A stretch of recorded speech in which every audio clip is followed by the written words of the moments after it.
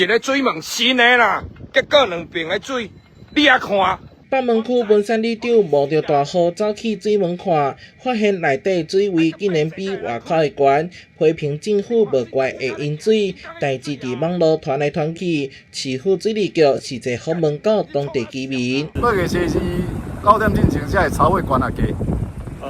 9点的时候刚好是可以退潮的时间啦，就是水位外面的水位比较低，刚好可以拆这个水门的时间这样子。哦，所以在那个9点的时候刚好来操作水门是比较刚好的。是。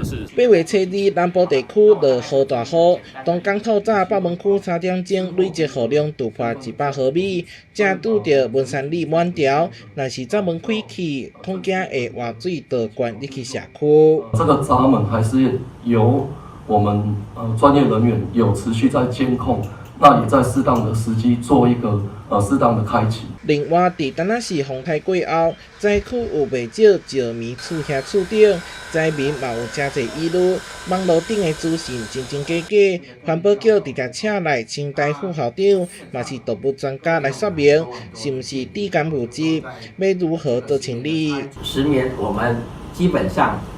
在整个预防上面，就是要避免它经由吸入进入到我们的呼吸道里面。石棉网，它事实上是石棉跟水泥结合在一起的，它已经固结在水泥里面。我们只要戴着护目镜，戴着呼吸防护具。好，就说你现在有受损，先去跟公所讲，不然就跟环保局讲。我们有这样一个通报的程序。民众若是要清除石棉厝遐，一定要做好呼吸道防护措施，压水莫互粉尘黑白飞，嘛要依照规定通报区公所也是环保局做清除。区公所会提供袋仔，3天内底就来载走。若清袂离，清洁队员会支援，希望伫上短时间内底完成石棉厝遐清理。再来新闻所在采访报道。